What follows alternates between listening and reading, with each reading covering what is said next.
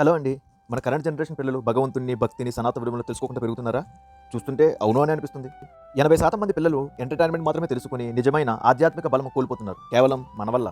ప్రతిరోజు టీవీ షోలు, కార్టూన్‌లు, social media వీడియోలు చూపించి వారిని నిశ్శబ్దంగా ఉంచుతున్నాం. కానీ ఇది ముమ్మాటికి కరెక్ట్ కాదు. మన భవిష్యత్తుతో పాటు మన పిల్లల భవిష్యత్తు కూడా బాగా ఉండాలంటే ఇది ఇప్పుడే మనం మార్చాలి. లేదు అంటే కొన్ని ఇయర్స్‌కి అసలు సనాతన ధర్మం అంటే ఏంటి? అసలు మన దేవుళ్ళు అంటే ఎవరు అనే సిట్యుయేషన్స్ వస్తాయి. ఈ మధ్య మనం చూస్తున్నాం రకరకాల పిల్లల ట్రెండింగ్ ఛానెల్స్ వాటిలో ఆ పిల్లలతో పాటు వాళ్ళ పేరెంట్స్ చేసే పిచ్చి వీడియోలు, పిచ్చి చేష్టలు బాగా ట్రెండింగ్ అవుతున్నాయి. అటువంటి వీడియోలు చూపించి మన పిల్లల్ని మనమే పాడు చేసుకుంటున్నాం. కానీ ఆ పిచ్చి వీడియోస్ చేసే క్రియేటర్స్‌కి millions of views, big amount of money వస్తున్నాయి. కానీ మన పిల్లలకి ఏమొస్తుంది? ఆలోచించారా ఎప్పుడైనా? దీనికి సొల్యూషన్ ఒకటే. చిన్న వయసులోనే మన పిల్లలకు భగవద్గీత, పురాణాలు, దేవతల కథలు, నీతి బోధనలు వినిపించాలి. కుదిరితే టీవీలో చూపించాలి. వారిలో భక్తి, సనాతన విలువలు నాటండి. ఇది మన బాధ్యత. ఎందుకంటే మన సనాతన ధర్మ భవిష్యత్తు మన కరెంట్ జనరేషన్ పిల్లల చేతుల్లోనే ఉంది.